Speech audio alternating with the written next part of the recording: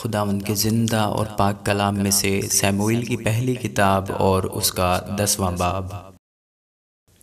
اور فلسطی اسرائیل سے لڑے، اور اسرائیل کے لوگ فلسطینیوں کے آگے سے بھاگے اور کوہستان جلبوع میں قتل ہو کر گرے۔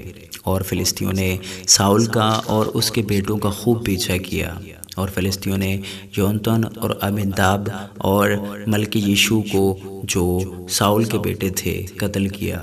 اور ساؤل پر جنگ دوبھر ہو گئی، اور تیر اندازوں نے اسے جا لیا، اور وہ تیر اندازوں کے سبب سے پریشان تھا۔ تب ساؤل نے اپنے سلا بردار سے کہا، اپنی تلوار کھینچ اور اس سے مجھے چھید دے، تا نہ ہو کہ یہ نامختون آ کر میری بے حرمتی کریں۔ پر اس کے سلا بردار نے نہ مانا، کیونکہ وہ بہت ڈر گیا۔ تب ساؤل نے اپنی تلوار لی اور اس پر گرا۔ جب اس کے سلاح بردار نے دیکھا کہ ساؤل مر گیا تو وہ بھی تلوار پر گرا اور مر گیا۔ پس ساؤل مر گیا، اور اس کے تینوں بیٹے بھی، اور اس کا سارا خاندان یک لخت مر مٹا۔ جب سب بنی اسرائیلی لوگوں نے جو وادی میں تھے دیکھا کہ لوگ بھاگ نکلے اور ساؤل اور اس کے بیٹے مر گئے، تو وہ اپنے شہروں کو چھوڑ کر بھاگ گئے، اور فلسطی آ کر ان میں بسے۔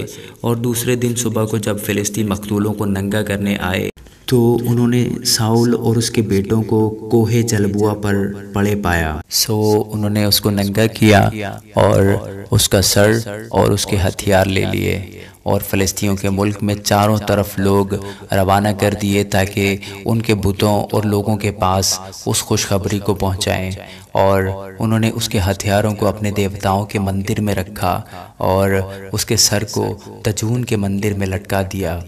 جب یبیس جلعاد کے سب لوگوں نے جو کچھ فلسطینیوں نے ساؤل سے کیا تھا سنا، تو ان کے سب بہادر اٹھے اور ساؤل کی لاش اور اس کے بیٹوں کی لاشیں لے کر ان کو یبیس میں لائے، اور ان کی ہڈیوں کو یبیس کے بلوط کے نیچے دفن کیا، اور 7 دن تک روزہ رکھا۔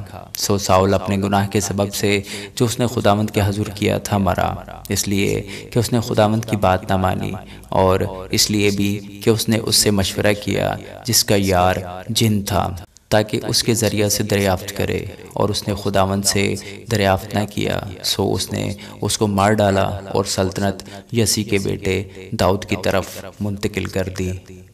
آمین۔